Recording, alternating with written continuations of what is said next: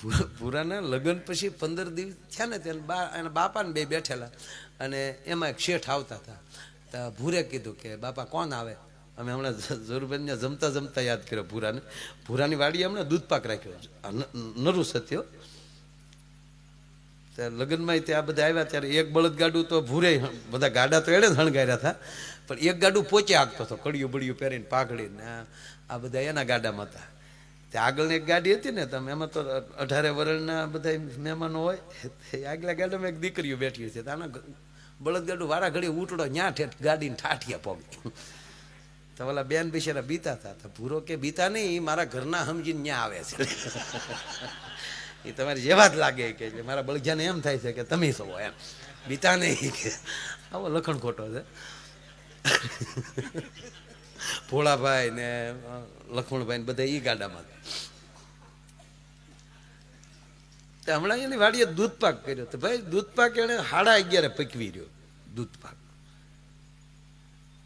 દૂધપાક આવ્યો તો કાં રોટલી અને કાં પૂરી ઈ જ હોય ને, કારણ કે દૂધપાકમાં મીઠું ન હોય તો એની ભેગા મીઠા વગરના જ હોય.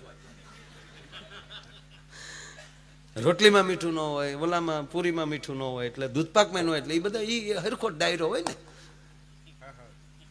તે 11:30 અમે દૂધપાક થઈ રહ્યો ને તો ભૂરો રોટલા લઈને આવ્યો.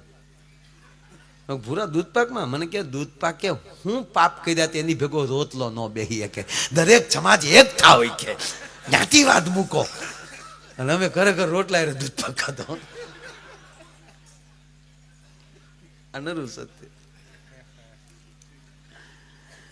એટલે અહીંયા બેઠો હતો ને એમાં એ ઓલા આવ્યા એટલે કે બાપા કોણ છે? કે આપણે મીઠાઈ લાવ્યા હતા ને એ શેઠ છે. કે અત્યારે શું કામ આવ્યા હતા? કે ઉઘરાણીએ.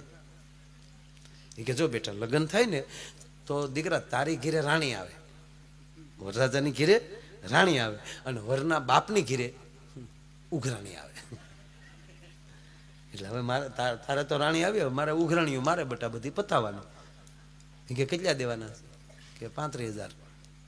તો ભૂરો કે હામાં 35,000 ન લઉં ને તો ભૂર્યો નહીં. અરે બટા હામાં લેવાય, આપણે ખાધું છે એ બધું દ્યું. હવે તમે એકવાર ખાલી ચા પાણી પાઈ લ્યો, પછી હું પૂછું અને તમે મને ઓળખાણ આપી દો, પછી જોઉં છું છેથીઓ કેમ પૈસા દી ન જાય. ચા પાણી પીને બેઠા ને પછી ભૂરાઈ કીધું બાપા કોણ છે મહેમાન? તક બટા આપણે જે ગુલાબ જાંબુ ને રબડી જે લાવ્યા હતા ને એ શેઠ છે, એના પૈસા બાકી છે, ઉઘરાણી આવ્યા. કેટલા દેવાના છે? કે 35.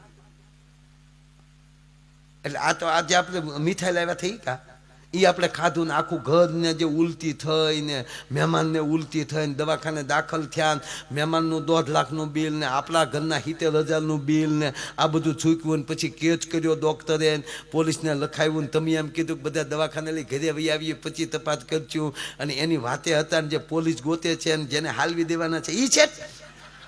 કરો પોલીસને ફોન કરો, ઘન ધણી ધન પાક ઘરે આવી ગયા છે, ગોતવા બેઠા તો શેઠ ઢીલા પડી જાય. એવું ન હોય ને, એવું તો હોય ને, મધી જા ઓકી ને મારી નાખશો કોક ને. આ તો હાથ ઊંચું બચી ગયા. નકર મારા બાપ મધી જાત તો મારા બાપાને આ ઉંમરે મારે ક્યાં લઈ જવા? તા ભૂરો એટલું બોલ્યો તા શેઠ કે તમારા ઘર પૂરતા 70,000 આપું તો હાલે? કઈ વાંધો નહીં, પતાવી દે. 70 આપો, હાલો. ઓલો 70 રોકડા ગણીને વી ગયો. બોલો લ્યો 35,000 બાપના ખિસ્સામાં નાખ્યા, 35 ભૂરો ભમકાવી ગયો. બોલો લ્યો.